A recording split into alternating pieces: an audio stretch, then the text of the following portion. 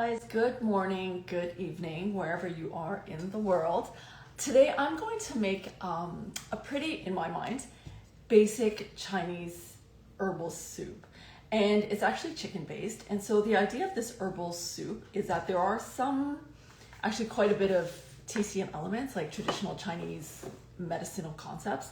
So when I make Chinese chicken herbal soups, it tends to be more about the herb base and less about the chicken or the vegetables or the roots. And so what I'm going to start with essentially is this pack from Superwell. She was amazing to give this to me. So what we're doing today is, for those who are just joining, is we're making a chicken herbal warming soup. So it's very much warming in nature. It's very much about the herb base. It's very much about creating energy and qi in your body. So a few things to note from a TCM perspective. If you're feeling lack of energy, or if you're feeling cold, what you'll feel is, for example, cold in your extremities. So for me, the weather's gotten cooler in the morning, and I actually do wear like warm socks because my feet get cold a lot. And so this is one very small indication that qi and energy is not flowing from your middle burners, like all this section, into the extremities of your body parts. So that's one indication which chicken Chinese herbal soups are great for. So I would suggest that consider making this type of soup or anything like similar to these warming ingredients with chicken and not a lot of roots or vegetables. But let me show you what I'm going to do today. And so we're doing this is called women's, but essentially it's for anyone who feels cold, lack of energy, feeling fatigue. If you want more energy, more qi, this is the perfect soup for you. So let me open this and explain the ingredients. So there is going to be a lot of prep that I'm doing today because these are really easy boils. And so essentially what you really need to do is just get the right herb base and drop it into your pot. And so I'll explain all the equipment later, but essentially this is pretty simple. So these packs come like this. They're all pre-made, pre-portioned for about 4 bowls of soup. And so that's what I'm making today in this pot right there. So I'm not making my usual thermal pot, giant pot. So for those joining, I'm making a chicken herbal warming soup today. And essentially it's really for me, my daughter's postpartum perfect, yes. Post-menstruation, if you're feeling cold, hands and feet. When the weather's cooler, like these few days it's been cold. And so that's what it's for. All right, so let me explain each of the herbs first as we go into this. And so, okay, the one thing about these packs is that it comes with pea protein, which is additional protein if you'd like. And so this is really these little bits down here, which I have trouble opening sometimes because it just spills everywhere. But let me explain the ingredients to you and what they're good for. Okay. And I'm gonna add some other things as well. So just to let you know, I'm adding more to it, which is kind of different. All right, so the first thing to think about is if you're making a Chinese herbal soup that's more warming, chicken is going to be your protein. So, okay, for those who are looking at me, I've got like Instagram and TikTok going at the same time, which is quite, I'm just testing this. So we'll see how it goes.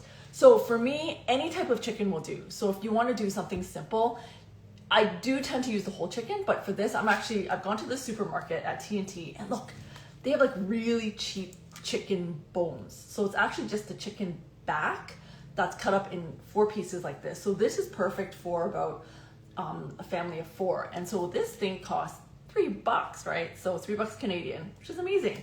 And so what I'm gonna do with this first is, last time I talked about preparing meats. You can either blanch it, boil it, wash it, rinse it. For this, I'm actually going to just pan fry first. And so, hey British, I'm in Toronto. And so for any prep around your meats, for this, I'm gonna pan fry first. And the reason of pan frying is to just really give it a little more flavor. Super easy. I'm not going to use any oil because this tends to be quite fatty, some of the parts. And I know some people say, oh, you should wash your chicken. No, I don't wash my chicken, just to let you know. We're gonna heat it first anyway. And then I'm going to put it into the soup pot anyway. So the idea of that, the heat is going to actually cook all the bacteria away. But just be careful with touching it, right? That's probably one key thing, is that make sure it's a clean pair of chopsticks or a clean pair of tongs. So I'm gonna set this onto my stove first. Yeah, I'm in Toronto. All right, so just gonna put this on like a medium heat on this pan for now as we get this prepped. So hold on, just watch me do this. And for $3, there's like a good amount of chicken meat here. There's like 6 pieces. Look, amazing. All right, so 6 pieces of chicken for $3. I think that's a steal. All right, leave this here. The other thing that I'm gonna prep today that's quite neat and different is, and I know for some people it's gonna be quite new, is abalone. So do you see that? This is fresh, well, fresh from frozen. So for those who, I'm gonna do 2 so that you guys can see. So there, that's the fresh abalone that's kind of defrosted. And it's actually got the shell on it still, if you see. So what I'm gonna do and show you today is how to prep abalone for soup. Hi from Montreal, oh hi. And so the idea is that we're gonna clean and wash these, and they come actually frozen. You can buy them from the supermarket. And the great thing about abalone is, okay fine, they're cooling a little bit, but we're gonna really warm up the soup. For those joining today, I'm making a chicken herbal warming soup. So it's very much warming. If you're feeling fatigued, tired, lack of energy, lack of chi, this is the perfect soup for you. And it's super easy. It's primarily just a bit of chicken. That's pan frying now.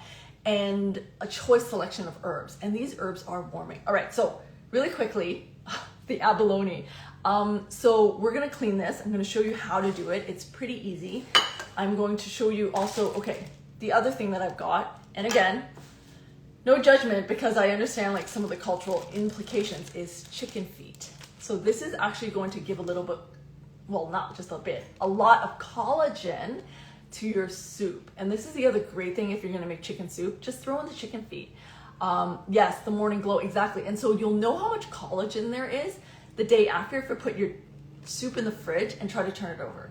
And so yes, I know, chicken feet's not for everybody. But it is for me, and I'm gonna add this into my soup. And I'm not going to pan fry, I'm just gonna drop it in, no blanching, okay? So for those who are experimental, willing to try, I've got chicken feet, that's gonna go into the soup as well. And trust me, collagen, if you look up the amount of protein collagen in types of meats, chicken feet, pig skin, pig's feet actually rank the highest in terms of all sorts of protein. And collagen is a type of protein. And I know the Chinese will say, well, there's collagen in like snow fungus. Not really, it's not the same type of collagen. Genuine collagen is a protein. And so if you want like strengthened skin tone, more clarity in your skin, the collagen's your friend. And so I'm gonna just drop this in afterwards because I've actually been washed and the nails have been cut. All right, so that's choice. The chicken's cooking, so you can, all right, why don't we do the abalone cleaning, okay? So for those who are just joining, the abalone is gonna be part of my chicken soup. And for those who don't know, it's kind of like a mollusk, like a shellfish kind of in a sense. So this comes shelled. So the easiest thing to do with them, to clean them, and I'm gonna show you now how to clean them really quickly, is in a bowl of water, like this. All you need to do is just peel them off their shell, like this. And what happens is, so you'll see it, ooh, actually I use a knife usually, 1 second. Okay, so it's in the water, and basically all you need to do is like peel it from the shell, all of it. Oh, okay. Or spoon, actually I was using a spoon too.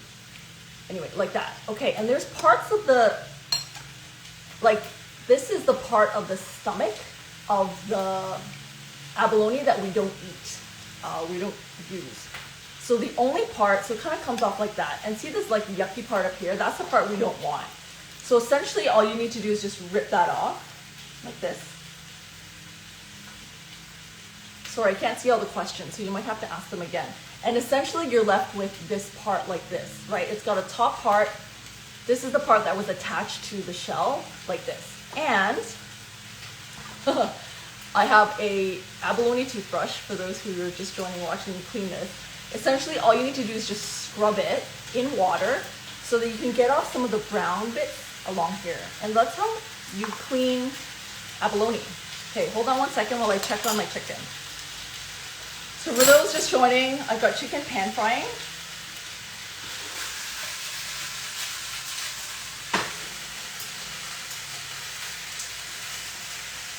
One second.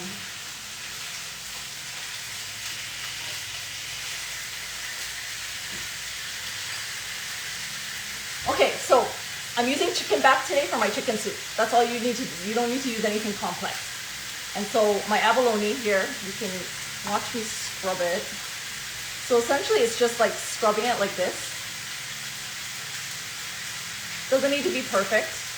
And rinse it in water, and that's the abalone I'm gonna put into my chicken soup. And so let me clean the other ones. Here, you can watch me. Let me turn this down. There. All right, there. I'm gonna rip off the rest. Like that, it comes off pretty easily. And this is the piece we don't want. All this outer piece is the stomach and the digestive system of the abalone. Just rinse it in water.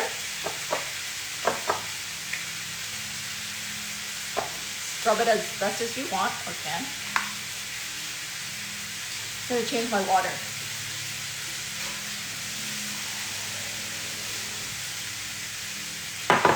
Okay. And last one, I'm using 3 pieces of abalone for this soup, okay? So here we're gonna take it out. And these abalones are actually from frozen, but I've defrosted them. So this is the part that we don't want in the abalone. You just rip it off like that. That's the digestive system, like that. We don't want that. We want this piece, like that. And I will scrub them and rinse. Okay, good. So my abalone is done. I'm just gonna leave this aside and put the water and drop it into my soup when I'm ready. There. All right. Checking on my chicken. So as I mentioned, I'm using chicken bones. They're 50 cents a piece at the supermarket. So you don't need an expensive piece of chicken. You don't need the whole chicken. Sometimes the Chinese love the whole chicken. Chicken thighs, chicken bones, chicken back are perfect. All right.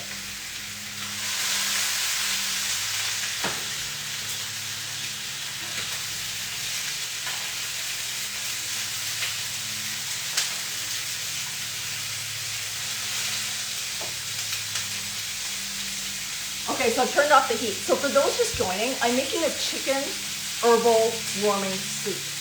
And very simply, for herbal soups, you don't need a lot of fruits, vegetables, some protein, fine. But the key is going to be the herbal base. And let's go through the herbal base now. So I talked about the proteins. I've got chicken back. And for those more adventurous and who love your collagen, I've got chicken feet and I've got some abalone. That's my protein. The herbal base, let's talk about. The first thing, fresh ginger. So ginger is actually your friend when it comes to warming soups. They are warm. What ginger does is help circulate your energy and chi from this side to other parts of the body. And super well. So I saw you request the join, but then it flew by, so I'm very sorry. Hey Tash. Yes, don't forget to add fresh ginger to any warming soup. As soon as you think warming soup, it's ginger. If you've got it, it's easy, accessible. Let me show you what I'm gonna do with the ginger. That's the easiest way to prep. So obviously wash it first. I'm not gonna do too much. I'll probably do this little bulb right here, okay? So wash it. All right, and here's a tip for those who wanna learn how to prepare ginger. Essentially, hey Tash, good morning. Use a spoon, right? Just a small spoon like that, and you get your ginger. And literally, if you peel it, it's hard, like, because my leverage is, bring it closer to you, obviously. If you just peel it like this, see how the skin comes off? Like that, right? So this is just a really simple tip on preparing ginger. And this way you're not wasting like a lot of the flesh if you're trying to peel it differently, like with a peel. So just a little spoon is like perfect. And it's not as easy necessarily around the rounded parts, but this is essentially what I do. And then I'll put it on the board like this, and you could push it down like this as well. That's another tip that you could do just to peel your ginger. And it really, okay, here's the other reason why I peel it like this, is because I actually preserve and dry the ginger skin, which I use in teas. And so that's why I do it like this, okay? Perfect. And more or less, the skin does come off. So this is just a really neat little tip that you could do if you're preparing ginger for your soups or for your cooking. Okay, so what I'm gonna do is preserve and put this aside. All right, my butcher's knife. So I like drying my peels on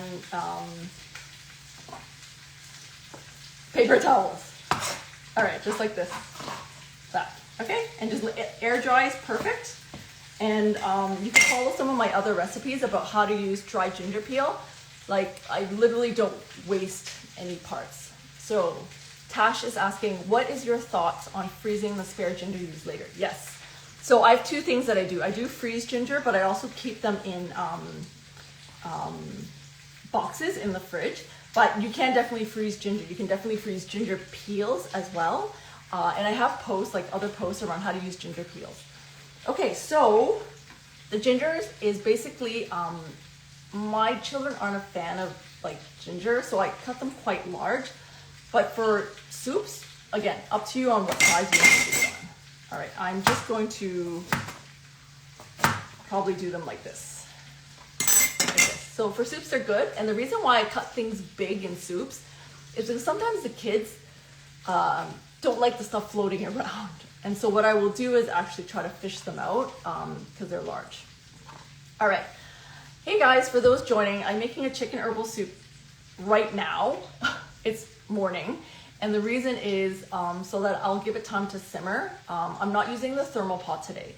For those who are curious about the equipment, I know I'm jumping around here, is very often, if you're gonna do an herbal soup that's got more herbs in it, more traditional Chinese medicine or herbs, ceramic or glass are the best. And from a TCM perspective, they don't like using metal pots. And the reason is because the metal might sometimes interact with the ingredients. And this is why, a few choices. I've got this ceramic pot like this, and these come really cheap. You can buy it at the Asian supermarket or Asian grocery stores. And essentially it's ceramic. I do have glassware as well. And so these are perfect if you're doing like more herbally soups rather than metal pots. And so that's just something to consider in terms of choice of equipment. I also have another post about what equipment you can use. And so in these cases, like pressure cookers are fine as well. The Instapot is metal, so I don't always do herbal soups in the Instapot, but pressure cooker works, ceramic pots and glass. So that's just a suggestion to think about when you're doing more herbal soups. All right, I'm gonna start boiling this. Essentially that's going to be 10 cups, about 10 cups of water. That will be 4 soups. So I'm gonna start boiling this just for those who are joining, so that I can add all my ingredients in this case. So the chicken's been prepped. You can blanch if you want. The chicken bones I like to pan fry, and let me show you. So when you pan fry it, it gets like crispy, it gets fragrant. And yeah, there still might be some raw pieces, which is perfectly okay. The whole point is to make it so that it's kind of like fragrance. In Cantonese, it's called like bao hung, and that like you want to explode the flavors. And so the whole point of doing this is to just brown the edges, brown everything. And then I drop it directly like this into my soup. And so this is why I don't blanch in this case if I'm going to be pan frying my chicken. And so literally it's going to go from here. Didn't use any oil because chicken back actually does have a lot of fat. And so just drop this directly into the soup once it's boiling, and the soup will cook the rest of the chicken. And so this is just a tip for those who don't want to blanch or don't like blanching. You can pan fry as well. Pan fry bones, pan fry bones, pan fry meats, and whatever you want, right? And so that's just a tip for me, and it really makes the soup so much more fragrant. And so that's just an interesting tip to try. All right, so that's going to be viewed because I don't know how this works. Okay, I see the requests coming in on Instagram. I'll have to Google that on the requests. All right, let me talk about the herb base really quickly. So in this herb base, so for those who are curious, I'm using these like pre-packed soup packages from Superwell. And they're amazing because they're actually portioned like this. They're actually pre-portioned so that you can just drop it in your soup. The one thing I am adding, the other thing I want to add here is for those who have seen it or not seen it, are called, I almost kind of like think like they're like little worms when I first saw them, cordyceps. And so for those who are new to like herbal cooking, herbal Chinese flavors, cordyceps are a type of fungus or mushroom. And what these are, they come dried like this. These are cultured. Typically you can find them like in nature, wild. And cordyceps are actually a type of fungus, and they're actually great for replenishing energy, qi, replenishing if you're feeling cold. So they're really great for warming soup. So you could just throw a few in. And what I've done is actually pre-soak, because there is a warning that comes with cordyceps. So sometimes they are high in arsenic and heavy metals. And so you'll find these in a lot of Chinese chicken soups, cordyceps like this. And sometimes they're used in fried dishes. So I've actually just taken like a handful and just soak them for a little bit so that I'm removing and cleansing some of the heavy metals that sit inside. And then ultimately I will drop this into the soup. So rinse and then drop in the soup. So that's the first ingredient I'm going to talk about. The next one here is Chinese yam. And I actually have it. They come like this, really big pieces. Chinese yam is neutral, perfect for either warming or cooling soups. And Chinese yam actually, and I have a lot of stuff here, is actually really great for energy and qi replenishment. So if you're feeling tired, fatigued, cold hands and feet, Chinese yam, just add 2 or 3 of these long ones into your soup. Any type of soup, whether it's cooling or warming, perfect. You can find these at Asian supermarkets as well, so they're really great. The other one key ingredient here is dates, like this. So typically I will remove the seeds from the dates, and people do ask me why. So the reason with dates, red dates, they look like this. And I will buy the ones that are seedless. Let me show you. Either halved, so they don't have seeds, or like this. See, they're like, the pits are removed. And the reason is because from a TCM perspective and from like Chinese medicine, the seeds are very fiery. So fire means it creates a lot of fire inside, so it increases the yang in your body, which is too much yang. Actually, it's not the right type of fire that we want. And so typically when I use red dates, it's going to be red dates without the seeds. And so you can remove the seeds yourself. If they're soft enough, just cut them and remove them out. But I do buy the ones that are pre-seeded, which are perfect. And so that's what's got in this soup as well as black dates. So red and black dates are very similar. And dates, okay, if you want warming soups that are really great for like nourishing, post-menstruation, calming, dates are your ingredient. So dates are very calming. They'll help calm the spirit. They're really great for replenishing energy and qi. So I actually do drink dates. Yes, exactly. Yes, drinking red dates and goji tea. Amazing. That's it. That's exactly it. So red dates, goji berries. Goji berries are very neutral and great for qi as well. So definitely if you're feeling like low in energy, your go-to daily tea could be red dates and goji berries. And so, or black dates as well. Just make sure they're removed of the seeds. But no, great suggestion. Actually, that's one that I would really suggest. And on cooler days, add maybe like 1 or 2 slices of ginger. All right, the other ingredients that we've got here is codonopsis root. And it looks like this. They usually come long. I have it in a bag like this. And so they are actually neutral and very tonifying. So they'll help tonify the spleen. And so the spleen is like what we call the middle burner. It's this section in the middle. The upper burner is the heart and the lower burner is like the intestines and stuff. And so the middle burner is actually the spleen. And a lot of people think from a TCM perspective that the spleen is an organ. it's not. The spleen, when we talk about spleen, it's actually a whole function that's complete. And so what it means is actually when your food or drink comes into your stomach, it's able to process, remove the energy and nutrients, and carry it in through around your body. And so one of the very telling signs for me is that, so I'm wearing like winter socks, and it's because my feet are really cold all the time. And so one of the really key things for me is really replenishing that chi and energy constantly. And so this is one of the things that at codonopsis is another thing that's going to help you do that. And so this is what's also in the soup. All right, what else do we have here? Oh, tangerine peels. All right, so dried tangerine peels, and I know they look like crazy funky. You're like, what is that? And sometimes they smell really strange. But in general, hold on, let me show you my whole pack of dried tangerine peels like this. They come like this. And it's literally the dried peel of tangerine, right? And so actually, for those who didn't know, dried tangerine peel from a Chinese perspective, so Chinese medicine perspective, and from a Chinese cultural perspective, have a lot of value. The crazy thing is, the longer the tangerine peel is been dried, the more expensive it is. And so it's like, for me, crazy how some of these could be like in the hundreds of dollars in terms of the quality and the value of, it's just like a dry tangerine peel, and you could do your own. And so they look like this essentially.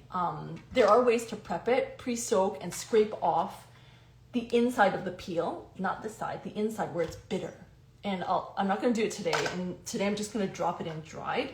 But tangerine peels are actually really good for your lungs. If you've got cough, if you've got phlegm, if you've got a lot of dampness, this is a great one to add to your soup. And so the other interesting thing about, from a TCM perspective, is I have a lot of dampness. And the reason I know this is if you do scraping, or anyone who does scraping, get someone to do it on your back, like right on the upper traps right here.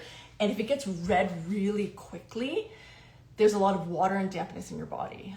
Yes, you can definitely make your own. Drier conditions are the best. So my mother-in-law makes some. So you'll just like save the peel of the tangerine. Green ones work best.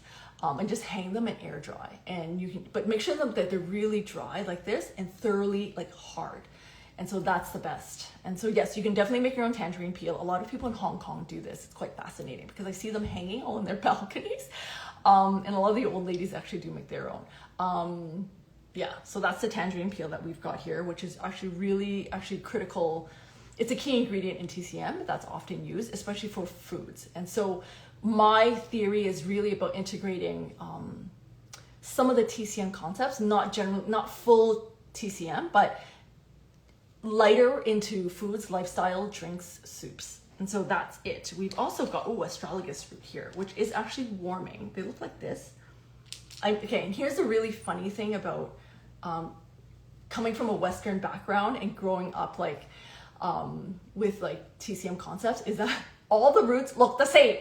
Why do they all look the same, right? It's like literally, I'll look at this and think, that could be ginseng, right? And so it's really important for me that when I buy them, I know what I buy and I label them, because I can't tell sometimes. Really honestly, if it's floating around in soup, I'm not even sure what it is sometimes. And they actually do smell the same, especially all the roots, because of how they're processed and dried. And so astragulus root is warm and sweet, and actually people do eat them sometimes. They're great with teas as well. And actually helps warm the middle part of your body as well. All right, so we've got that. Oh, the other one that we've got here are, oh gosh, I never can get the full name, are these little nuts. I call them fox nuts.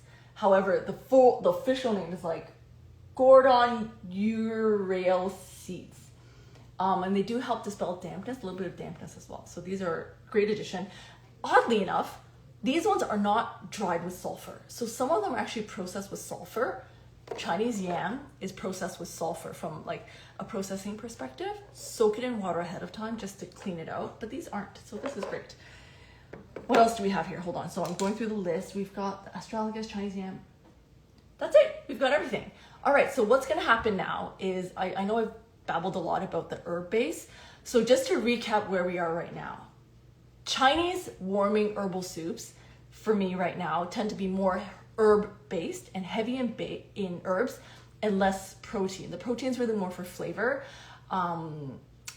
And I'm actually not even gonna add any vegetables. I might add a corn because I've got it sitting here. And so this is like older corn. Corn's on sale right now, okay, by the way. For those in Canada and Toronto, there's an abundance of corn because it's end of season and they're just throwing corn away, right? And so I'm probably gonna add some corn, which is quite neutral. Yes, I'm doing an herbal chicken soup recipe today. All right, so my soup's boiling, and I talk about if you're making an herbal soup, use ceramic or glass pots. So that's boiling, the chicken's done. Abalone I prepped. If you want to see how I prepped it, you can go rewatch it.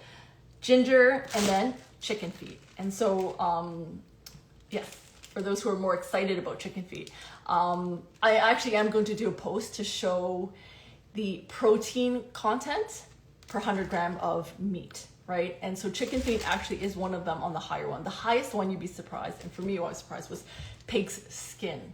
And pig's skin is fantastic in terms of how much collagen it has. And I know traditionally for the Chinese, like who eat wood ear fungus or snow ear fungus, in our minds, or even bird's nest, we're like, yeah, there's so much collagen in that. Actually, collagen is a protein. All right, so the myth is that protein actually is meat-based. Those type of ingredients, however, like snow fungus, bird's nest, that stuff is more, it'll help you produce more collagen from within. But genuine collagen, to consume it, unfortunately does come from meats. And I'm gonna do a whole post on that. Some of the research is fascinating about which ingredients, and I have tried them all. Like fish head's another great one, pig's feet. And so like all the weird, strange ingredients that I never like really appreciated when I was younger, from a Western perspective, are amazing for collagen. And so now I'm on this collagen crazy rampage to like preserve my skin. And so I make collagen soups all the time. And so, all right, my soup is boiling. The water's almost done. We're gonna give it a few more minutes. So for those joining, I'm doing a chicken herbal soup today. And the other thing I forgot to bring out, hold on, is a soup bag. All right, hold on. All right, and for those who popped in like before, you'll tend to note that I have a lot of tips and tricks around Chinese soups. How to prep them, but how to clean. So one of the things that I really hated about making Chinese soups, and still do, is cleanup, right? Because sometimes at the end of the day, when you drink all your soup, what's left is all that stuff, right? I'm like, well, the lower it goes, the thicker it gets, and so the kids don't want to drink it. And then sometimes it's not always the best for me to drink, especially if they're really small. So I will not eat like the roots, for example. Any of these roots I won't eat. I won't eat the seeds like this. The Chinese yam I will eat, so I'm gonna leave that out. And the dates I will sometimes eat as well. So for this one, I'm gonna replace these dates with my own that are pitted and seeded, but your choice as well, and add a bit more. All right, so for those who just popped on and what I'm doing right now, let me explain. This is a soup bag. Essentially, it's actually also, call it a cheesecloth, cheese bag, whatever, fish bag, whatever you wanna call it. You get these at the supermarket. Like $1, less than $1 each. And what I'm going to do as a tip and trick is actually drop everything here, all my loose herbs, all the little nuts, everything that's small and that makes cleanup hard and that the kids don't want to see, into the bag. And this goes into the soup as well. So this I've actually pre-boiled and washed and dried, and this is why they look like this. And the great thing about these bags is that you can reuse them. So I will throw everything out, rewash, like flip it inside out, wash, and then dry and reuse. And this is the best thing, like literally, for Chinese soups, especially all the little small ingredients that you've got. So this is just a tip for you. So what I'm gonna do is start putting this, actually I'm just gonna pour it in. It's too big. All right, anyway, just gonna drop it all in like this. You can watch me. Okay, and the pea protein is the parts that like Tash have added, that's like more protein to the soup. Oh, there we go. Okay, so everything's gonna go in like this. Great. And so this is something that I do use. The ginger, I'll put in as well. There. So fresh ginger, chicken soup, warming soup. If like in your mind from a soup design perspective, if you're going chicken and warming soup, add ginger. That's all I have to say. That's the easiest way to get your warming pieces in. I actually am gonna drop in the Chinese yam and maybe add a few more. All right, so there. Oh no, this I'll just put into the soup. All right, so I'm sorry if I've missed questions, but please like type it again. And I will have like a section at the end if you've got questions to ask. All right, boiling nicely. I think I'm gonna start and drop stuff in so you can watch me do the soup, and then I'm gonna address some of the questions at the end. All right, yeah, same here, Susie. I love chicken soup, chicken warming soup, especially for like when you're feeling down, sad, cold, is actually comforting, but within it there's a lot more that's happening, right? And so I'm a big fan of chicken soup. The one thing I am going to share is a tip if you like drinking chicken soup, is at the end make a little bit more. And what I do is, let me show you, 1 second.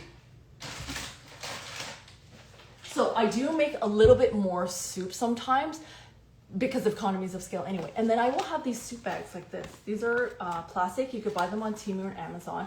And if you can't finish your soup, strain it and put it in this. And then I do have a food sealer. I don't remove the excess air. I kind of seal it as close to the top as possible and freeze it.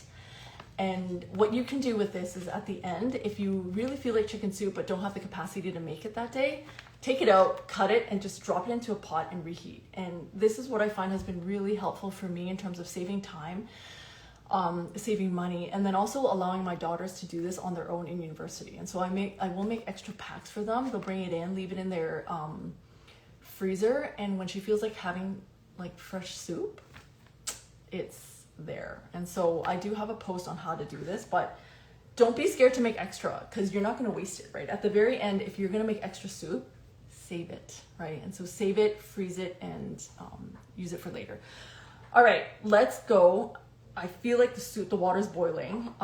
The cordyceps, I'm actually going to just rinse and drop in directly. And so cordyceps is the additional thing that I'm adding to the soup today. Hold on, let me pour this out. Okay, and so cordyceps is actually the other ingredient, and I know they look like, ever since I've been introduced to them, I've always thought like they look like worms. And when I see them in like dishes, Chinese dishes and Chinese soups, I'm always a little bit skeptical, because I'm like, what is that? And so I completely understand for those who are coming from a more Western upbringing and a foreign perspective. I'm like, what is in that soup? Because I've been there, right? Like when I was young, my parents were making soup, I would scrutinize everything floating. But now that I've gotten older and I kind of know what's going on, I'm like, yeah, I know what that is. I'm a little bit more open and receptive to the ingredients. And so part of like my journey here is like really just helping you and my followers understand some of the ingredients. And some of them are foreign, some of them are, interesting and unique. But it's your choice on what you add at the very end. At least you have an understanding of what it is, and then you can have choice. All right, so my soup's boiling. I've got chicken back that I bought at the supermarket, which is in essentially like some of the leftover chicken that it's not breast, it's not thighs, it's not the wing, right? And so it's actually everything else. This I'm gonna drop, I've pan fried, and you can drop this directly into the soup. Yeah, it's not cooked, that's fine, because the soup is going to cook it thoroughly. And because they're big pieces, I don't use a soup bag. So that's the first thing. So just gonna drop it into my boiling soup, like this. 1 second while I do this. And I love how like these pieces are so big. Perfect. Okay. And just to let you know, the chicken back actually does still have a lot of meat on it. And so the great thing about me eating the soups is that I actually eat the bones as well. The other thing I talked about adding is abalone. And so abalone pairs very nicely. And the reason why, I'll tell you, is I have a lot of extra in the freezer, and they pair really nicely with chicken soup, especially double boiled is something that the Chinese do a lot with abalone. So I've cleaned them. They came with the shells, so I cleaned them earlier. And so what we're gonna do is just drop it into like this.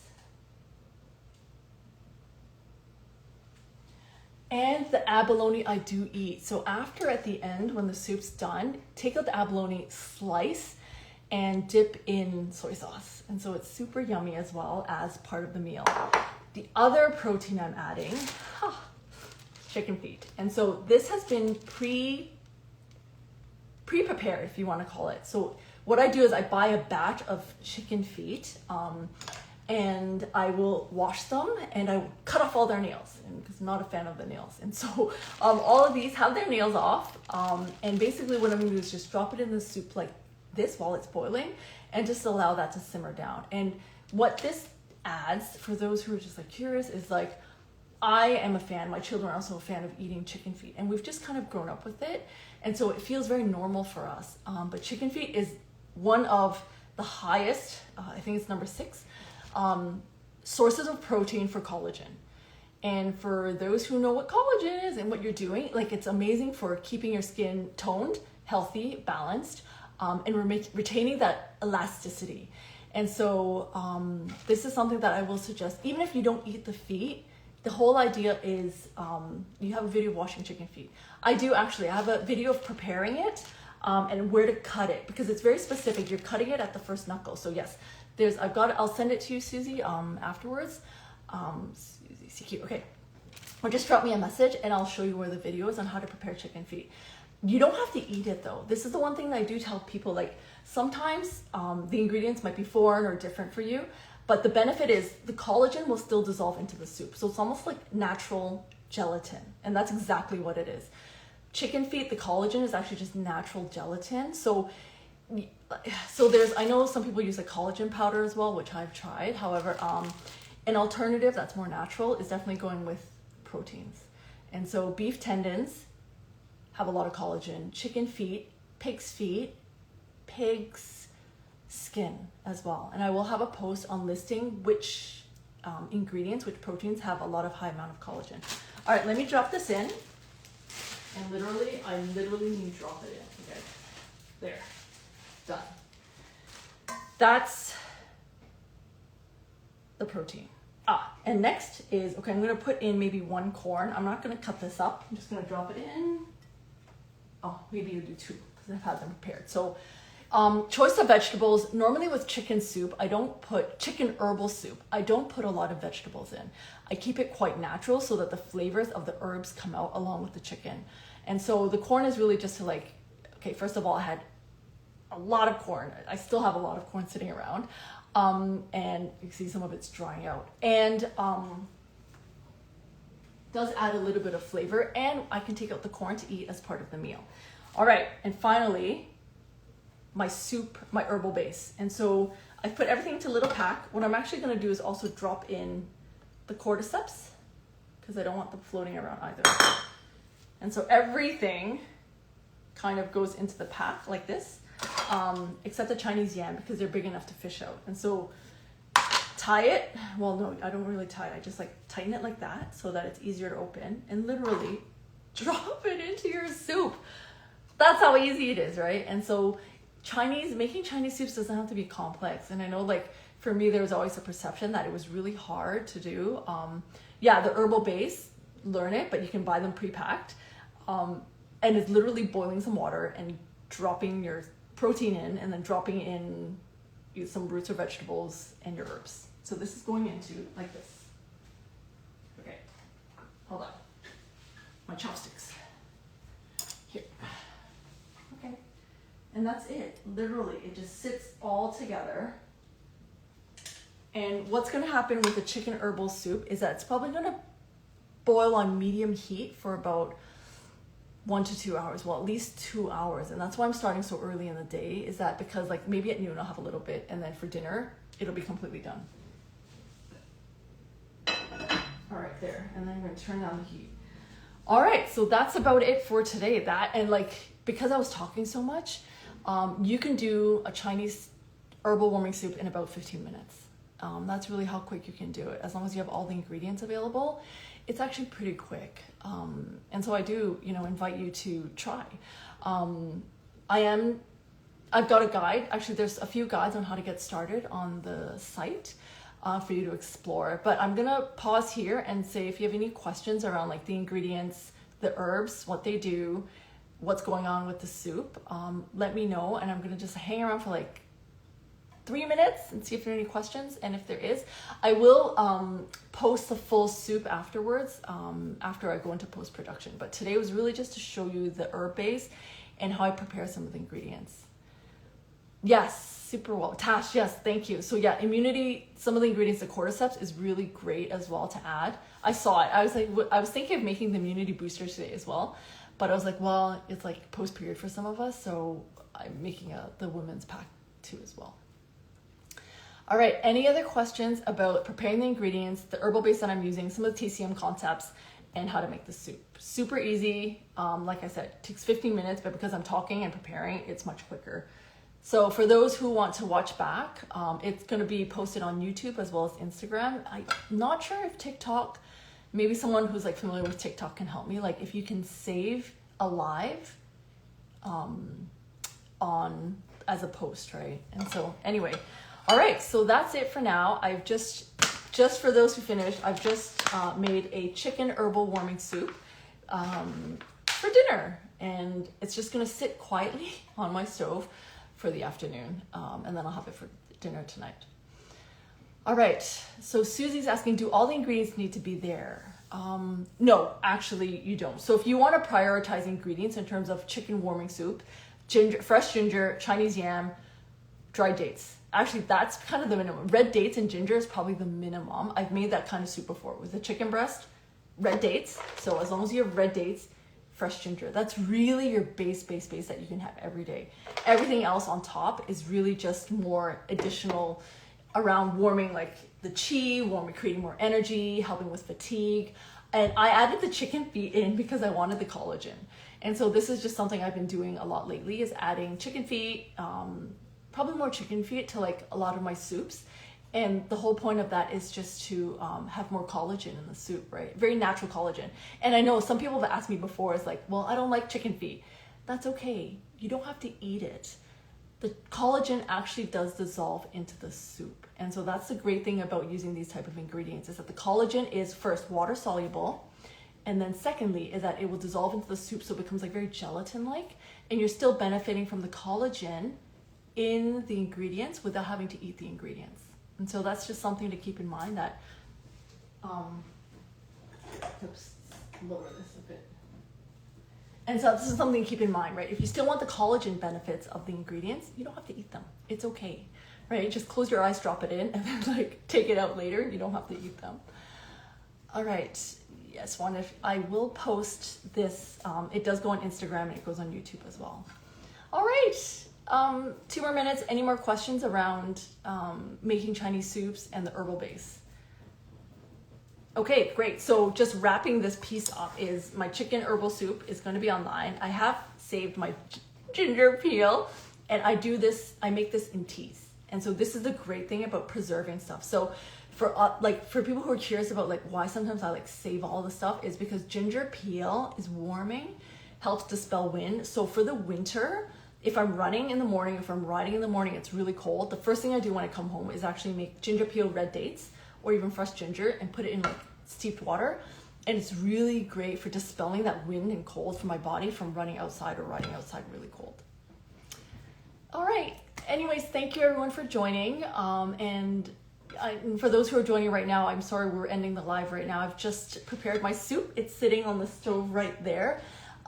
It's a chicken herbal warming soup, which you can find. I will go into post-production now and post it onto the YouTube as well as Instagram. And so very simple. And this was just really demonstrating how making Chinese soups doesn't need to be complicated or hard. It's getting some very basic ingredients, 1 or 2 proteins, and not even necessarily any vegetables or roots, right? And so, all right, thanks guys. All right, have a great day. And I'm going to try to figure out how to stop this live. This is the next thing. All right, bye everybody. All right, no, clearly it doesn't work. Nope. Nope. Oh, okay, maybe TikTok will help you better. All right, how do I turn this off? Thank you, Susie, bye. Bye everybody. And oh, okay, great. I ended TikTok. Now I'm ending Instagram, but I don't know how. Every time I forget how. All right, bye guys.